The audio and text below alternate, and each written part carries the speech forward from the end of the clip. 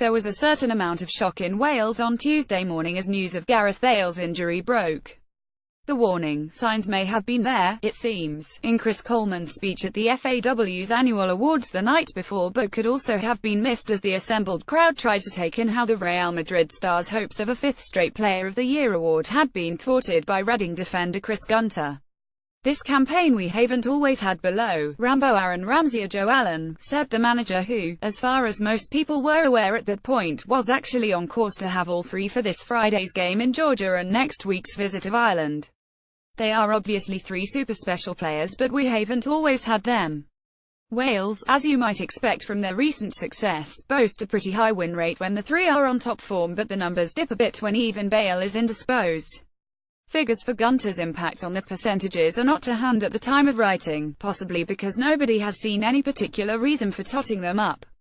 Joking aside, the 28-year-old has done well for his country playing his part in the remarkable run at Euro 2016, but if every Welshman were fit and Roy Keane was outlining the scale of the difficulties that Chris Coleman's side might be expected to cause Ireland, then it seems unlikely that the Reading right-back would get much of a mention.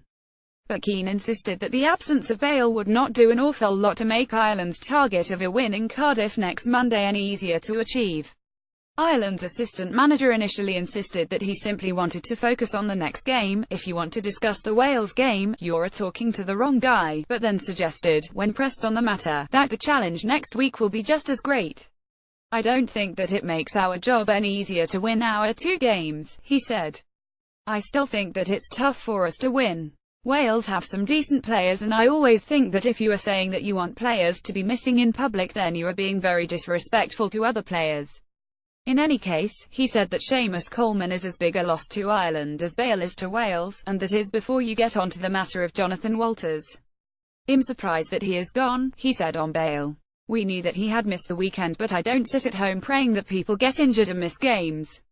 We were asked about him the last day before we played Wales in Dublin. It's good for our players to play against the best players, but it's part of the game that you will be missing players, and the question is how you deal with it. As it is, Ramsey and Allen are both likely to prove a handful for Ireland next week, but Bale's ability to drop deep, pick up possession then drive forward will be missed by a side that needs to win every bit as much as Ireland do. Then there are his goals. Listen, I wouldn't mind having this conversation after Friday's game," said the Irishman.